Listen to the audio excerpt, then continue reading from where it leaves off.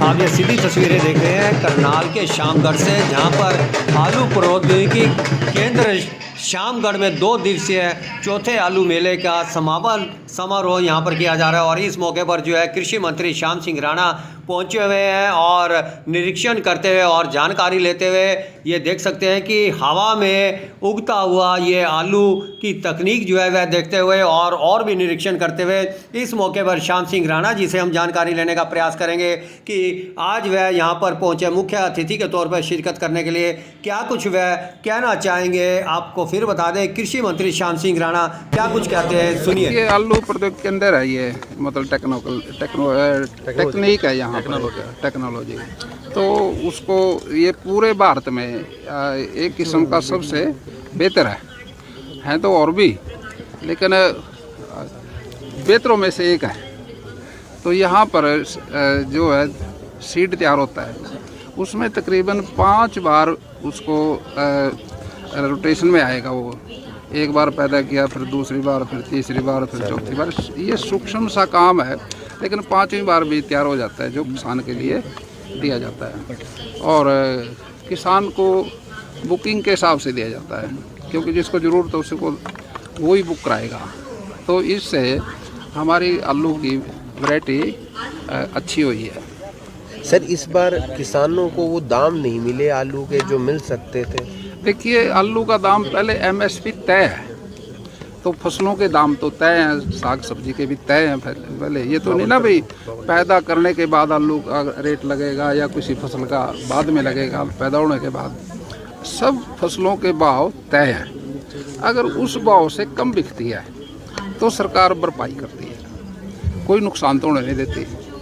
तो ये सरकार की, नायब सैनी जी की सरकार की खूबी है।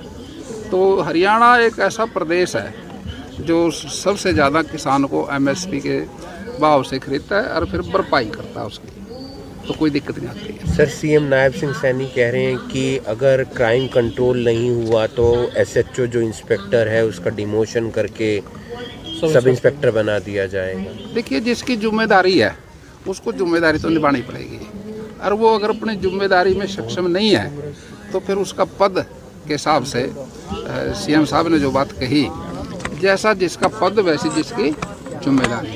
अगर वो जिम्मेदारी के लिए तो पद है, अगर जिम्मेदारी नहीं निभा पाता तो पद का महत्व घट जाता है, तो उस पर फिर सोचना पड़ता है। तो कल उपवास है सर कांग्रेस का मनरेगा को लेकर।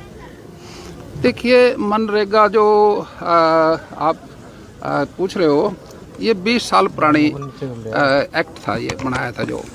अब चलते चलते इसमें काफ़ी त्रुटियां आ गई। अब समय समय पे अगर हम त्रुटियों को दूर नहीं करेंगे तो फिर उस देश की अर्थव्यवस्था को पुश नहीं मिलेगा। तो हम देश का जो हमारा 1947 में आज़ाद हुआ और 2047 में पूरा विकसित भारत का लक्ष्य को पूरा करना, जितनी भी योजनाएं बने वो 2047 को आधार मान के विकसित भारत के हिसाब से बने, ताकि अर्थव्यवस्था हर व्यक्ति की, हर प्रदेश की और अपने देश की अर्थव्यवस्था को पुश मिले। अगर किसी योजना में कोई कमी है तो उसमें सुधार करना चाहिए, तो सुधार किया मोदी जी ने।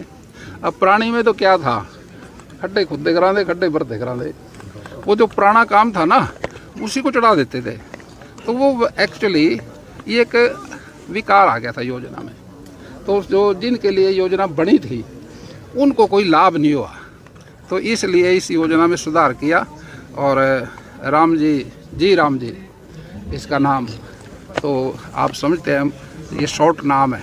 बड़ा नाम तो आप जानते हैं भाई, विकसित भारत गाँव के किसान मजदूरों के लिए जो योजना बनी है, इसका राम जी नाम है। सर, आप एक सामाजिक आदमी भी हैं, राजनीतिक आदमी भी हैं। एक मुद्दा जो सामाजिक है, अक्सर अमीर लोग पहले क्या किया करते थे, भ्रूण में ही लड़की को मार दिया करते थे। अब आपने एक खबर देखी होगी जिसमें 10 लड़कियों के बाद एक लड़का पैदा हुआ, उसे पंचायत पुरस्कृत कर रही है, सम्मानित कर रही है पंचायत। आप कैसे देखते हैं इस पूरे नज़रिए को, इस पूरी कहानी को? देखिए, तो परमात्मा की देन है। अब जब आप पैदा हुए थे आपसे भी नहीं पूछा, और जब आप जाओगे तब भी नहीं आपसे पूछेंगे। ये जो मरना जीना और पैदा होना, ये तो परमात्मा के हाथ की बात है। और मैं समझता हूँ जहाँ तक बात है इसकी, भाई इतनी बेटियों के बाद एक बेटा होया, तो मैं समझता हूँ उसकी तारीफ जितनी करें उतनी कम है। उसको तारीफ के काबिल है, उसका मान सम्मान भी करना चाहिए। भी उन्होंने इतनी बेटियों को अपने पाला और बाद में परमात्मा ने उसका फल भी दिया। बजट के लिए क्या कुछ रहने वाला, किसानों को कुछ मिलेगा इस बारी? किसानों के लिए बजट हमेशा लाभकारी आता है। बजट में कोई कमी नहीं है। जब आएगा आपको बता देंगे। नायब सैनी जी खुद किसान हैं, खेती करने वाले हैं। और शिवराज चौहान जी वो भी ट्रैक्टर चलाते हैं, खेत में काम करते हैं। वो तो समझ पूरी है, कोई नुकसान नहीं आएगा, फायदा ही मिलेगा। भाजपा ने पंजाब चुनाव को लेकर कमर कस ली है, मुख्यमंत्री के भी लगातार वहां पर दौरे हो रहे हैं, क्या देखते हैं आगे भविष्य? देखिए चुनाव तो होगा, कोई कमर कस के लड़ेगा, कोई कमर ढीली से लड़ेगा। तो चुनाव तो इलेक्शन कमीशन ने कराना, तो पार्टियों ने तो इलेक्शन कमीशन के आदेश के हिसाब से चलना। और चुनाव होगा और सब पार्टियां चाहती हैं हमारी सरकार बने। मैं समझता हूँ भी बीजेपी की एक बार कमल खिलेगा पंजाब में।